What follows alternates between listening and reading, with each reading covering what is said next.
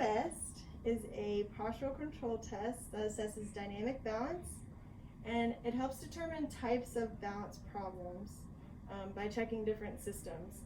The cutoff score for an adult at increased fall risk is below a score of 20, and if a person requires an assisted device, that's fine, but they score one category lower if they use one. The first section of the mini Best is anticipatory postural control. This first section is looking at a sit to stand.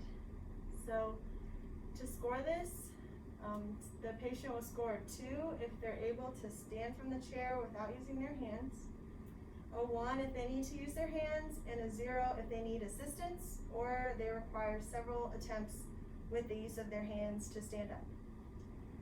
So what I want you to do is cross your arms across your chest. You can scooch to the edge of the chair. So you just stand all the way up. Good. And sit down. This next test is rise to toes.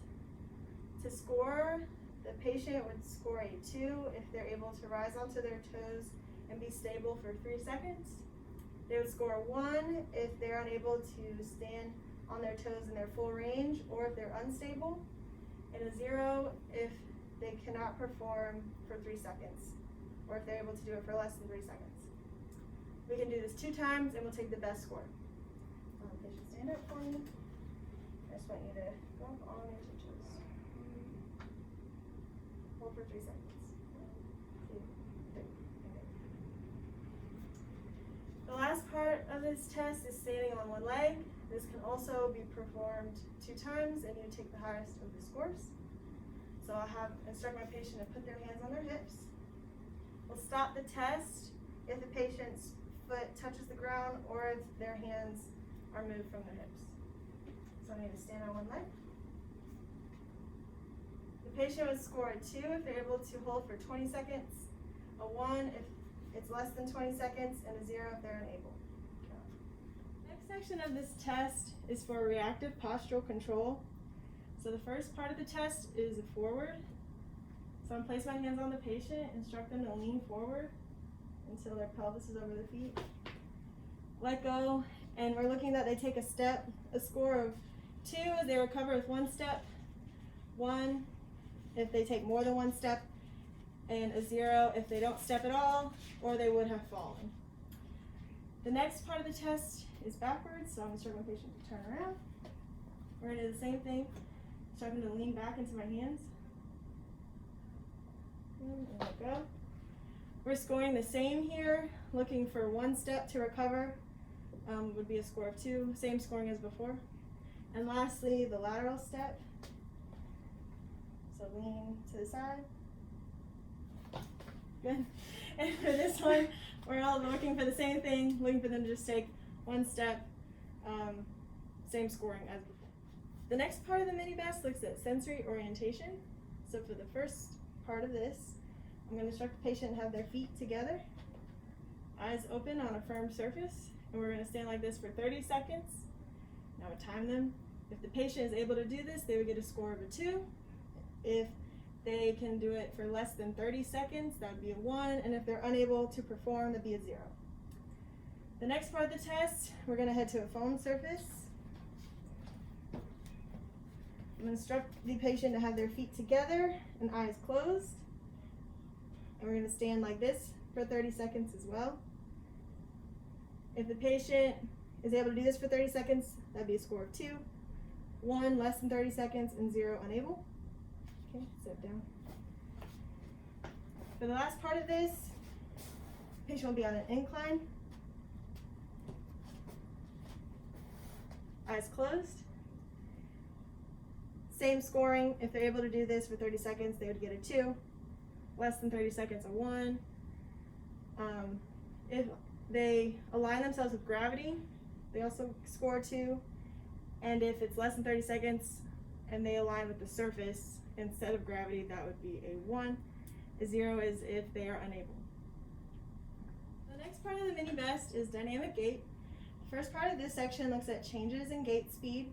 So to score this, you would instruct the patient to change their speed once they reach a normal walking speed, If they're able to do this without losing their balance, they would get a 2.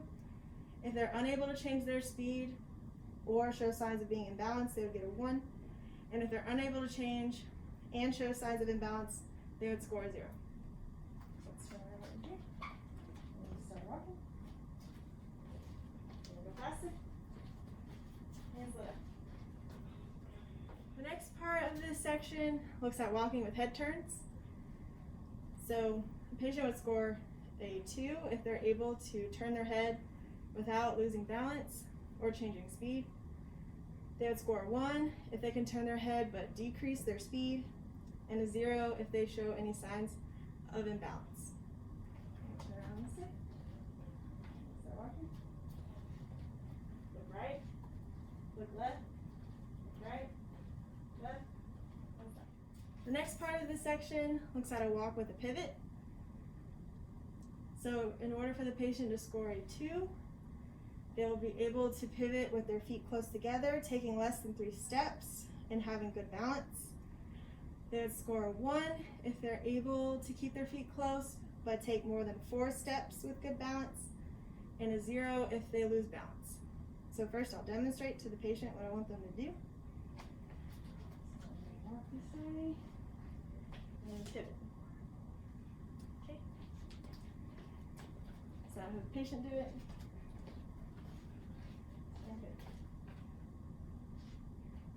The next part of this looks at obstacles. So you want the obstacle to be 9 inches tall and be 10 feet away from the patient.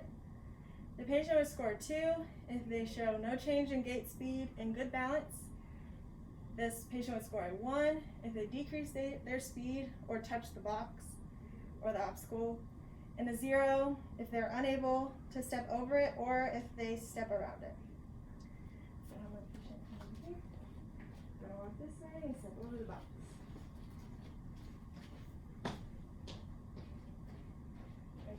The last part of the dynamic gait is a tug with a dual task. For this test, we want to make sure that the patient is cognitively able to count backwards from 3s, so we can practice with them first. And then once we see that they're able to do that, we can start performing. We also need to do this after we take a regular tug so that we can compare. The scoring for this, the patient would score 2 if there's no change compared to tug and time, a 1 if the dual tasking affects their counting or their walking greater than a 10% change compared to their regular tug, and a 0 if they stop counting or walking with the dual task.